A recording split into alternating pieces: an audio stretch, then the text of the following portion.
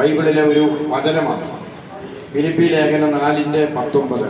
അതിൽ വചനം പഠിപ്പിക്കുന്നത് ഈശോ നമ്മോട് പറഞ്ഞു തരുന്ന ഇങ്ങനെയാണ്: എൻ്റെ ദൈവം തന്റെ മഹത്വത്തിന്റെ സമ്പന്നതയിൽ നിന്ന് നിങ്ങൾക്ക് ആവശ്യമുള്ളതെല്ലാം യേശുക്രിസ്തു വഴി നൽകും.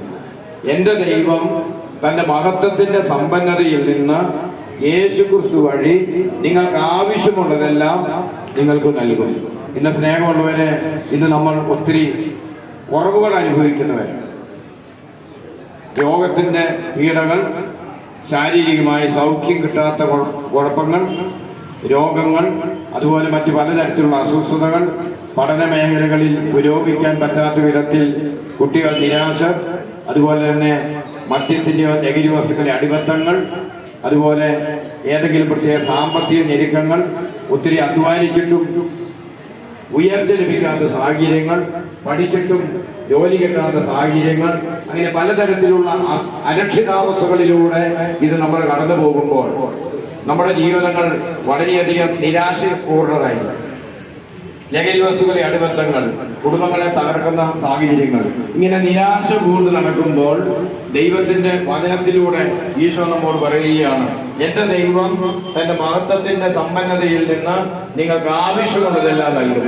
നിങ്ങൾ യേശുവിൽ വിശ്വസിക്കാനും യേശുവിനെ സ്വീകരിക്കാൻ തയ്യാറാകുമ്പോൾ നിങ്ങളുടെ കുറവുകളെ യേശു പരിഹരിക്കും.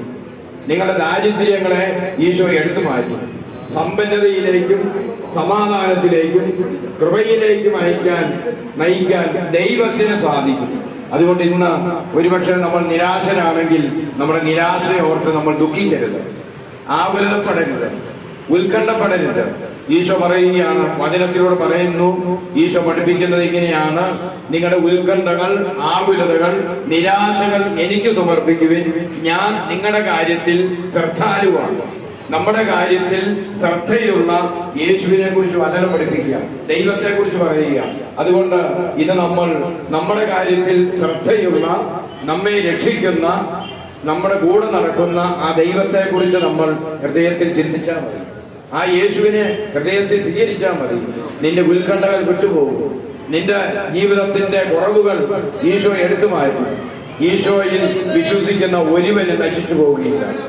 അതുകൊണ്ടാണ് എന്നിൽ വിശ്വസിക്കുന്ന ഒരുവനും നശിച്ചു പോകാതിരിക്കാൻ ദൈവം തന്റെ പുത്രനായ യേശുവിനെ ഈ ലോകത്തിലേക്ക് അയച്ചത്. ആ യേശുവിൽ വിശ്വസിക്കുന്നതിലൂടെ നീയും നിന്റെ കുടുംബവും രക്ഷ പ്രാപിക്കും. നമ്മുടെ കുടുംബങ്ങൾ രക്ഷയുടെ ഭവനങ്ങൾ, സന്തോഷത്തിന്റെ ഭവനങ്ങളാകണമെന്നാണ് ദൈവം ആഗ്രഹിക്കുന്നത്. ദൈവം ആഗ്രഹിക്കുന്നത് നമ്മുടെ കുടുംബങ്ങൾ